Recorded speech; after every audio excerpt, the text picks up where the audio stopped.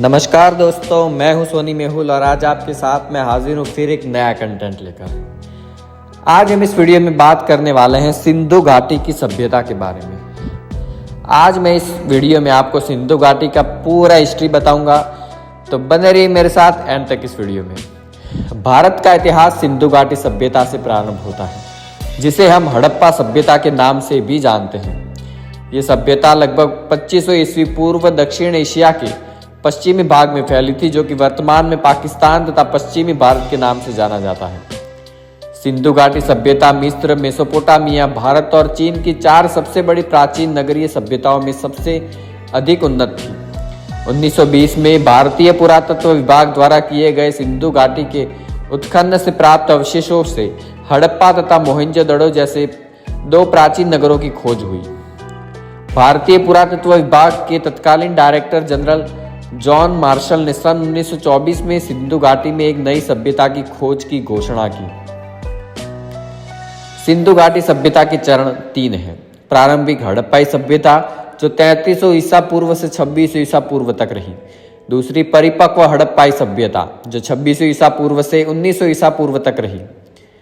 और तीसरी उत्तर हड़प्पाई सभ्यता, जो 1900 ईसा पूर्व से 1300 ईसा पूर्व तक। प्रारंभिक हड़प्पाई चरण हाकरा चरण से संबंधित है, जिसे गग्गर हाकरा नदी घाटी में चिन्हित किया गया है। हड़प्पाई लिपि का प्रथम उदाहरण लगभग 3000 ईसा पूर्व के समय का मिलता है। इस चरण की विशेषताएं एक केंद्रीय इकाई का होना तथा बढ़ते हुए नगरीय गुण थे। व्यापार क्षेत्र विकसित हो चुका था और खेती के साक्ष्य भी मिले थे। उस समय मटर, तिल, खजूर, रुई आदि की खेती होती थी। कोटदीजी नामक स्थान परिपक्व हड़प्पाई सभ्यता के चरण को प्रदर्शित करता है। 2600 ईसा पूर्व तक सिंधु घाटी सभ्यता अपनी परिपक्व अवस्था में प्रवेश कर चुकी थी। परिपक्व हड़प्पाई सभ्यता के आने तक प्रारंभिक हड़प्पाई सभ्यता बड़े बड़े नगरीय केंद्रों में परिवर्तित हो चुकी थी, जैसे हड़प्पा और मोहनजोदड़ो वर्तमान पाकिस्तान में तथा लोथल, जो कि वर्तमान में गुजरात के राज्य में स्थित है। सिंधु घाटी सभ्यता के क्रमिक पतन का आरंभ 1800 ईसा पूर्व से माना जाता है। 1700 ईसा पूर्व तक आते आते हड़प्पा सभ्यता के कई शहर समाप्त हो चुके थे, परंतु प्राचीन सिंधु घाटी सभ्यता के बाद की संस्कृतियों में भी इसके तत्व देखे जा सकते हैं। हड़प्पाई सभ्यता अपनी नगरीय योजना प्रणाली के लिए जानी जाती है। मोहनजोदड़ो और हड़प्पा के नगरों में अपने अपने दुर्ग थे, जो नगर से कुछ ऊंचाई पर स्थित होते थे, जिसमें अनुमानत उच्च वर्ग के लोग निवास करते थे। दुर्ग से नीचे सामान्यतः ईंटों से निर्मित नगर होते थे, जिसमें सामान्य लोग निवास करते थे। हड़प्पा सभ्यता की एक ध्यान देने योग्य बात यह भी है कि इस सभ्यता में ग्रिड प्रणाली मौजूद थी, जिसके अंतर्गत सड़कें एक दूसरे को समकोण पर काटती थी। अन्न भंडारों का निर्माण हड़प्पा सभ्यता के नगरों की प्रमुख विशेषता थी। जली हुई ईंटों का प्रयोग हड़प्पा सभ्यता की एक प्रमुख विशेषता थी, क्योंकि समकालीन मिस्र में मकानों के निर्माण के लिए शुष्क ईंटों का प्रयोग होता था। हड़प्पा सभ्यता में जल निकासी प्रणाली बहुत प्रभावी थी। हर छोटे और बड़े घर के अंदर स्वयं का स्नान घर और आंगन होता था। कालीबंगा के बहुत से घरों में कुएं नदी पाए जाते थे।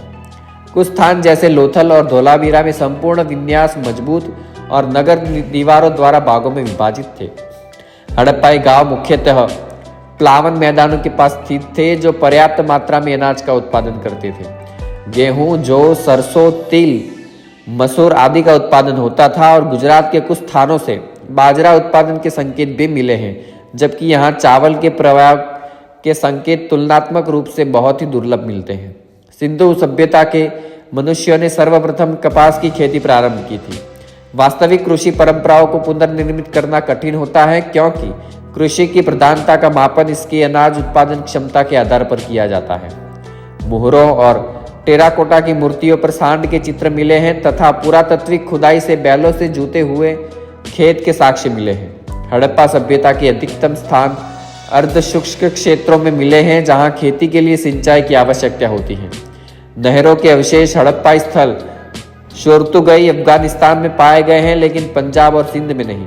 हड़प्पाई लोग कृषि के साथ साथ बड़े पैमाने पर पशुपालन भी करते थे। घोड़े के साक्ष्य सूक्ष्म रूप में मोहनजोदड़ो और लोथल की एक संशययुक्त टेराकोटा की मूर्ति से मिले हैं। हड़प्पाई संस्कृति किसी भी स्थिति में अश्व केंद्रित नहीं थी। अनगिनत संख्या में मिली मोहरें, एक समान लिपि, वजन और मापन की विधियों से सिंधु घाटी सभ्यता के लोगों के जीवन में व्यापार के महत्व के बारे में पता चलता है।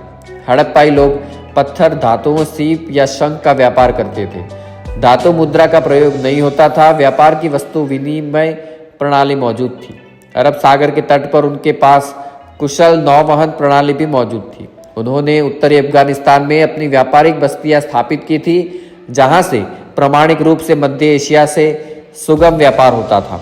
दजला, फरात नदियों की भूमि वाले क्षेत्र से हड़प्पा वासियों के वाणिज्यिक संबंध थे। हड़प्पाई प्राचीन लेपिस लाजुली मार्ग से व्यापार करते थे, जो संभवतः उच्च लोगों की सामाजिक पृष्ठभूमि से भी संबंधित था। अब आइए जानते हैं उनकी शिल्पकला।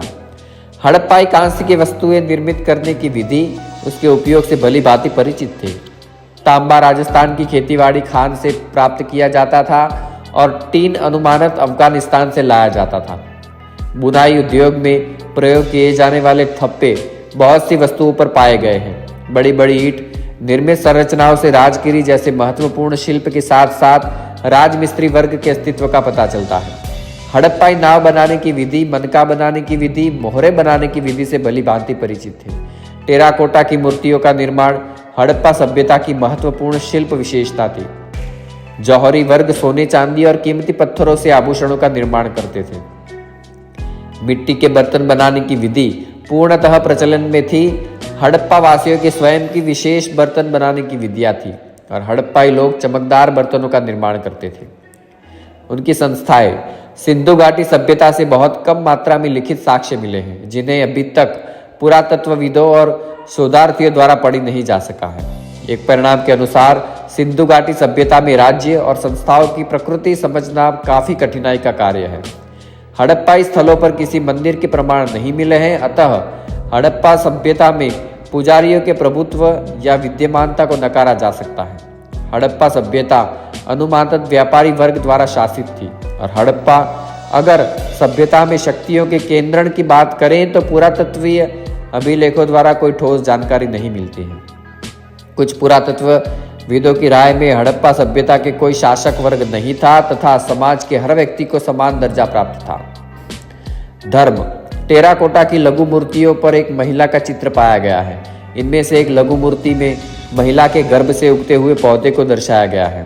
हड़प्पाई पृथ्वी को उर्वरता की देवी मानते हैं और पृथ्वी की पूजा उसी तरह करते हैं जिस प्रकार मिस्र के लोग नदी नील की पूजा देवी के रूप में करते थे।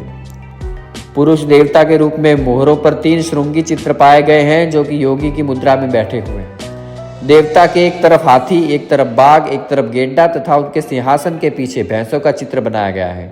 उनके पैरों के पास 2 हिरणों के चित्र हैं। चित्रित भगवान की मूर्ति को पशुपतिनाथ महादेव की संज्ञा दी गई है।